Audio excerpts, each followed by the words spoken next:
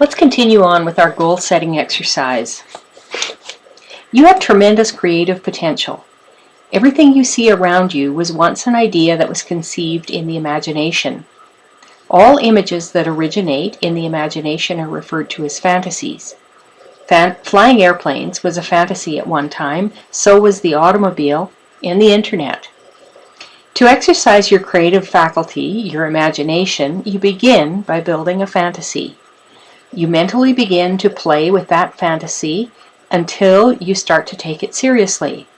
Then you flip from using your imagination to using your reasoning factor, another one of your intellectual faculties, and you start to build the idea more clearly. This is where the image turns into a theory in your conscious mind. Now, before the theory can become a goal, you must ask yourself 2 questions. The first question, am I able to do this? When you take into consideration that the only 2 sources of reference we have to go to are science and theology with respect to human potential, both clearly indicate that your potential is infinite. The answer to the first question must be an emphatic yes. The second question is quite different. It is, am I willing? Am I willing to do whatever is required to cause the image in my mind to manifest in physical form in my life?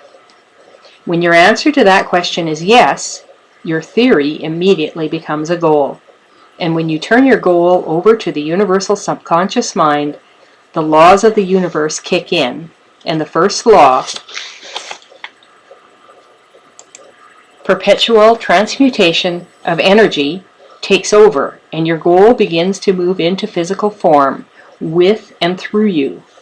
It causes your behavior to change, and at the same time begins to attract to you all those things required for the manifestation of your image. Before long, your theory becomes fact.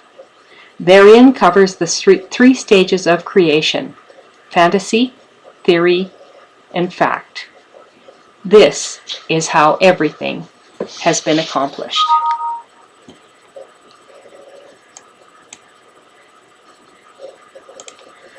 Now for an action exercise.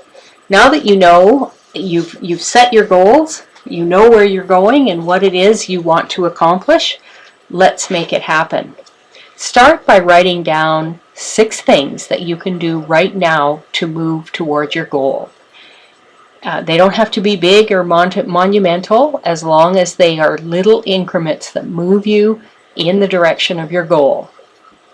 Next, prioritize these steps in the order that you will act on them. And then, most important of all, act.